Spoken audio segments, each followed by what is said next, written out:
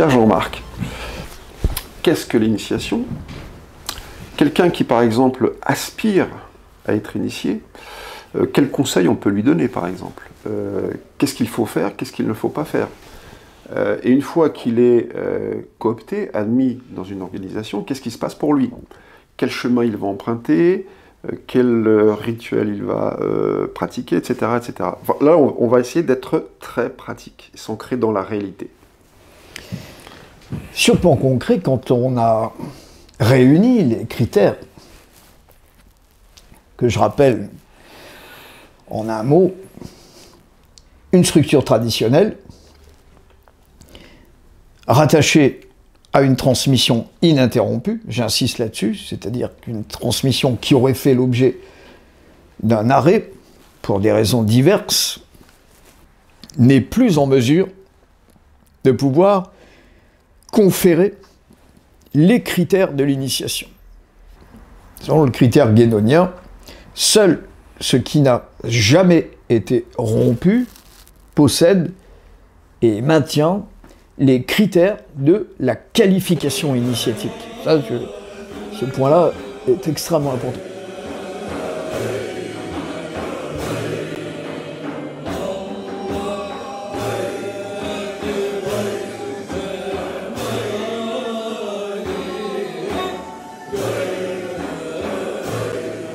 Donc, quand on a trouvé le lieu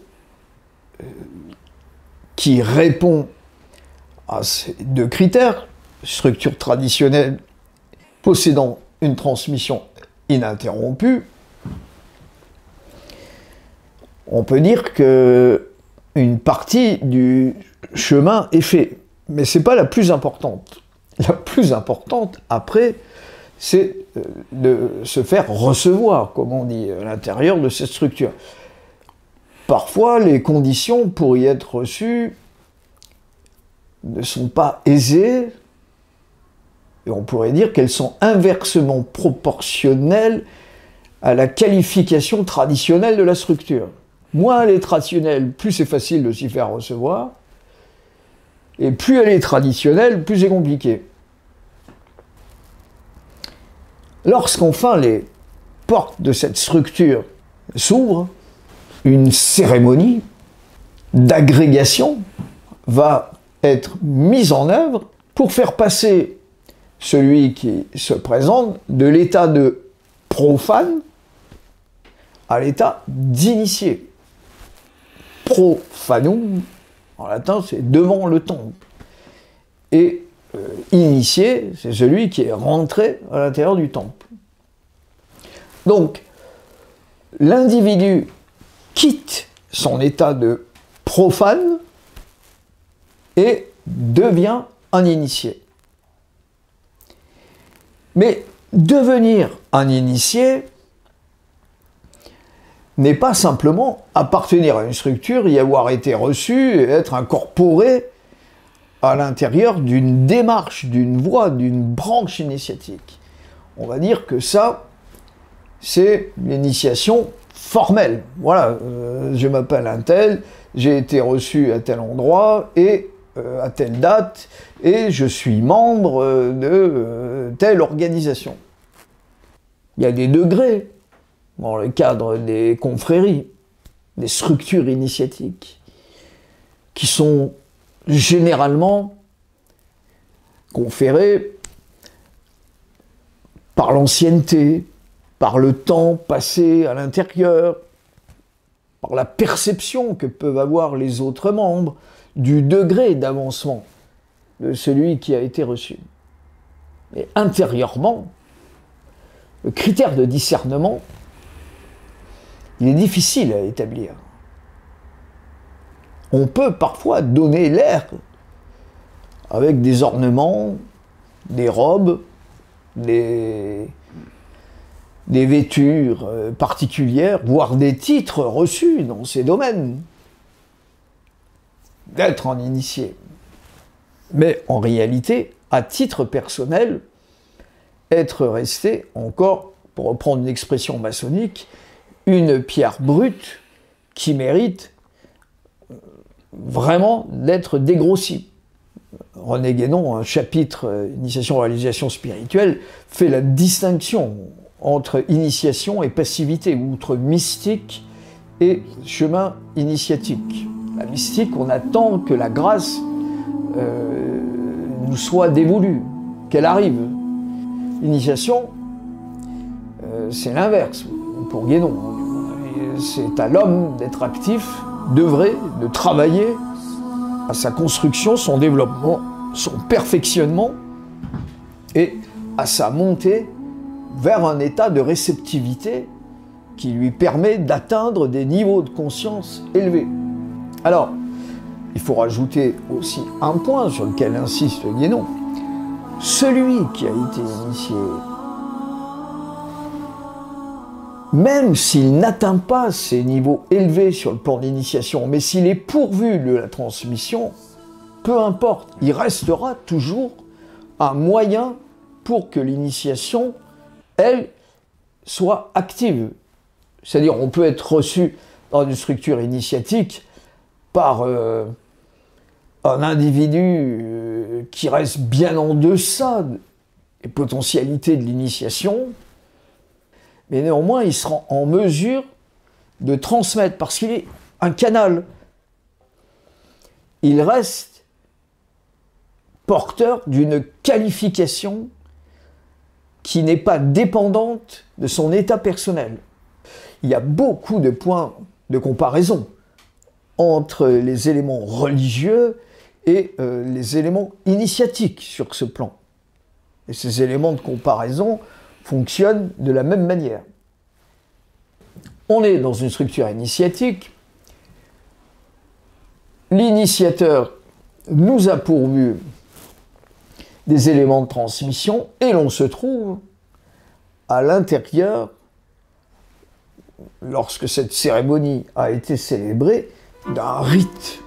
Un rite, c'est-à-dire une pratique.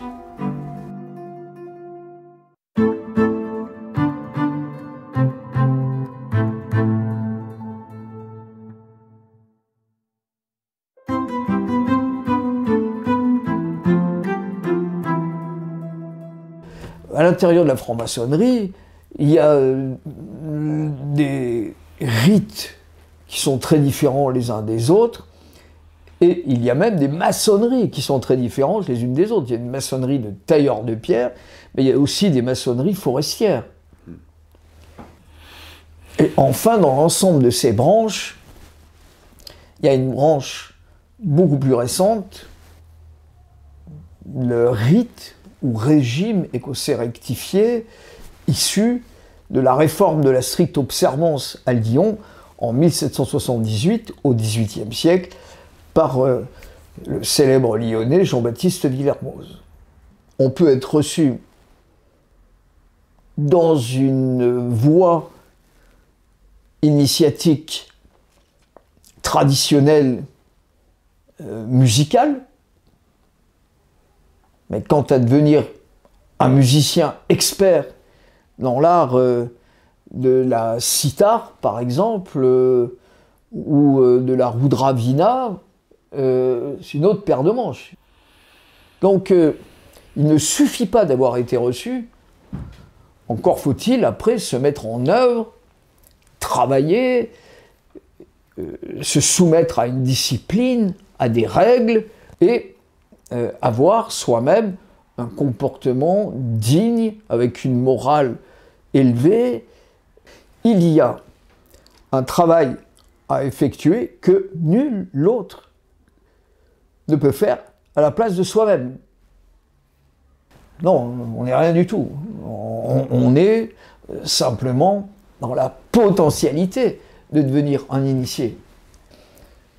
Et c'est d'ailleurs une des critiques de René Guénon vis-à-vis de la manière dont l'initiation est pratiquée en Occident. On le voit bien, il est fraternel, s'il respecte la concorde et l'harmonie à l'intérieur de la structure, mais pour un peu qu'il soit d'un naturel aimable, bienveillant, cordial, parfois il progressera. Quant à faire un initié, là, c'est autre chose. Et voilà, avec les années, il recevra des titres, intégrera des chapitres de haut grade, comme on dit, mais le véritable critère initiatique qui permet d'identifier dans un être la possession d'un éveil, une connaissance, là, c'est quelque chose de beaucoup plus délicat. Et je dirais presque, il n'existe pas vraiment de tribunal, en tout cas en franc-maçonnerie, en Occident, afin de désigner qui ou qui n'est pas initié. Il n'y a personne, il n'y a pas de maître en franc-maçonnerie, il n'y a pas de gourou, il n'est pas en Inde. Mais globalement, à l'intérieur de l'atelier, manifestement, il pourra continuer comme ça tout au long de son évolution, de sa vie, et le temps fera que, bon, gravira, on va dire, la pyramide des grades ou l'architecture des grades et des degrés.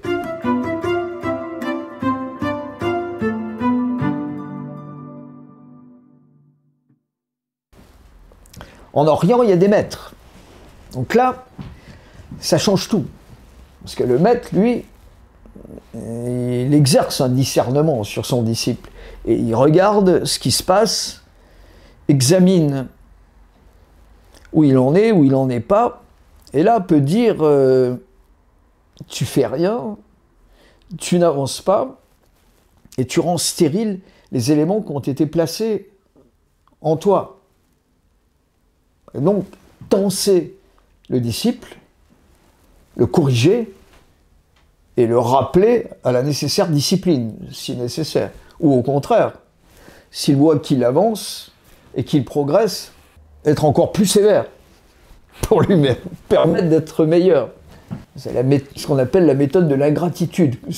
Dans les monastères zen, ils sont très forts pour ça. Hein. C'est-à-dire un disciple doué, peut-être celui avec lequel le maître sera le plus dur, le plus sévère, le plus intransigeant, impitoyable.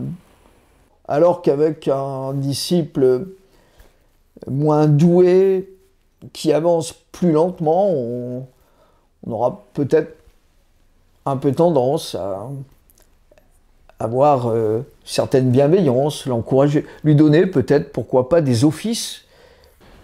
C'est une manière d'éprouver l'être et de voir si vraiment on est en présence d'une personnalité capable de dépasser les contrariétés psychologiques et d'avoir un mental fort. Alors, sur cet aspect de la distinction entre être reçu dans une structure initiatique et être un initié, je crois que c'est très important à avoir à l'esprit en n'imaginant pas que ça se passe de façon automatique, loin de là. Et cette automaticité n'existe dans le cadre initiatique à aucun degré. Le monde initiatique, c'est le monde de la discipline, du travail, de l'effort consenti et de la règle appliquée et respectée.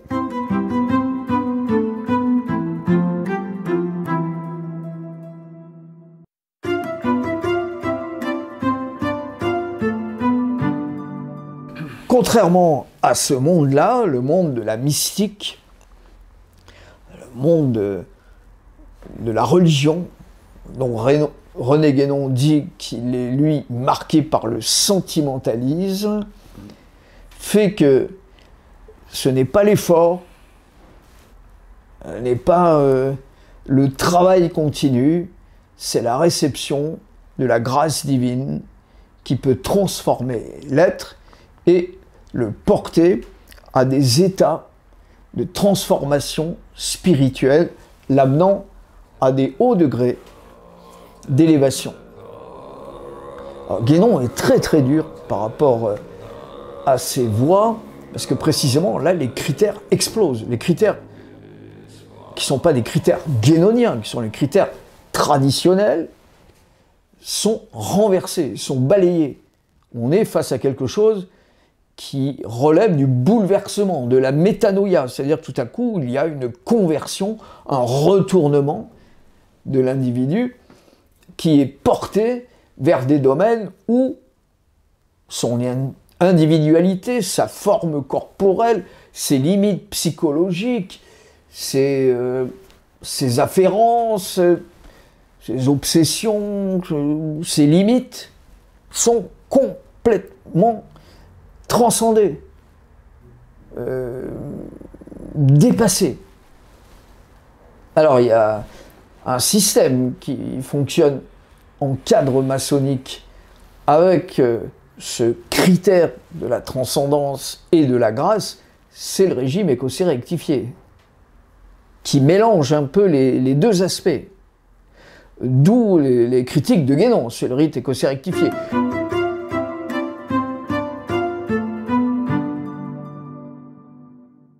Là, les critères guénoniens sont un peu mis à mal. Et Guénon est mis en porte-à-faux. Dire, comme Guénon l'a dit, qu'il n'y a rien des élus Cohen à l'intérieur du régime écossais rectifié, c'est une aberration, c'est une bêtise. On va dire que le régime écossais rectifié, c'est un cas d'espèce à l'intérieur de la franc-maçonnerie. Les autres francs-maçonneries, les autres systèmes, les autres rites fonctionnent bien tel que je l'ai expliqué par le travail, la règle, la prescription. Je pense au rite émulation, ou dit écossais d'Écosse, standard d'Écosse, etc., qui sont des rites quasi purement opératifs, où on n'y fait pas de travail intellectuel. Le but, c'est de célébrer le rituel correctement.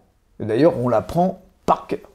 Le travail consiste en la mémorisation des parties entières du rituel.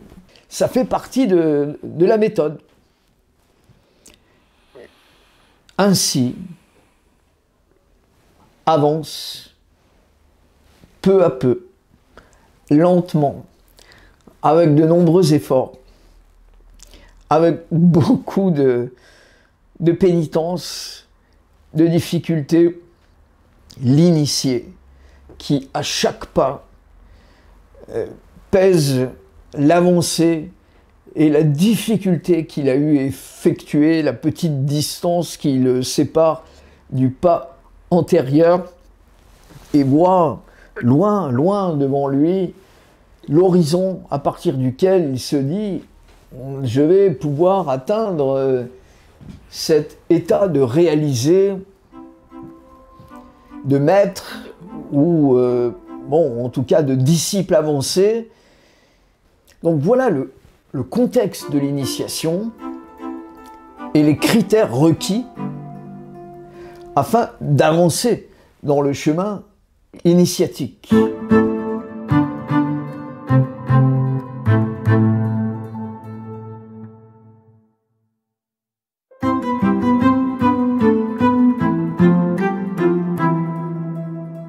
Il est intéressant de signaler que la doxa guénonienne ouvre une toute petite lucarne en estimant possible l'advenue d'une réalisation, d'une initiation de nature extra-organique. Il désigne en Occident quelques personnalités qui auraient pu être favorisées de cette advenue.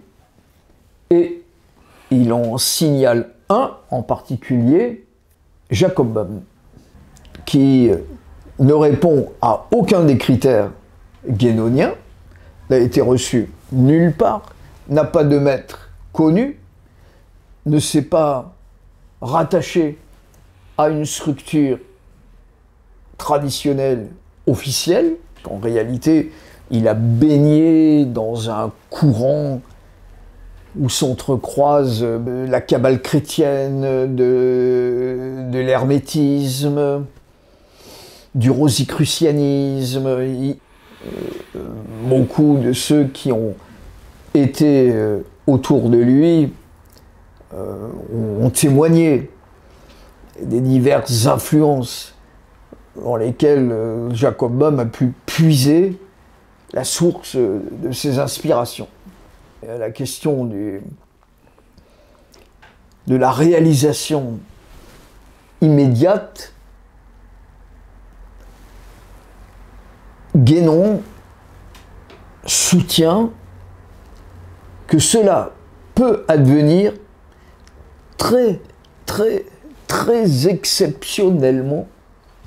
Il dit simplement que des individus peuvent être bénéficiaires d'une influence spirituelle leur permettant d'échapper totalement ou en partie aux critères traditionnels. Mais on voit très bien que sous sa plume, ça se limite vraiment à quelques individus extrêmement rares à l'intérieur de la succession des siècles. Quoi qu'il en soit, c'est pas quelque chose qui peut advenir par subjectivisme personnel. On peut être bouleversé à la lecture d'un ouvrage et puis passer plusieurs jours, voire plusieurs mois, transformé intérieurement. On n'est pas pour autant un initié. Il y faut des critères supérieurs, et lorsque Jacob Boehme écrit L'aurore naissante, bon là, il démontre qu'il a perçu, du moins qu'il a bénéficié vraiment d'une source non humaine, pour reprendre le qualificatif guénonien, qui a agi en lui comme une puissance de révélation, ayant transformé l'être, Boehme, en un initié, et lui conférant une qualification d'ordre initiatique de nature incontestable. On est face à ce qui relève, encore une fois, de l'exception, et l'exception ne peut jamais être une règle. Donc, les critères de l'initiation, eux, ne sont pas négociables. On est face à quelque chose qui dépasse l'individualité, qui dépasse la subjectivité, et nous ramène à des éléments participant de la longue mémoire des siècles.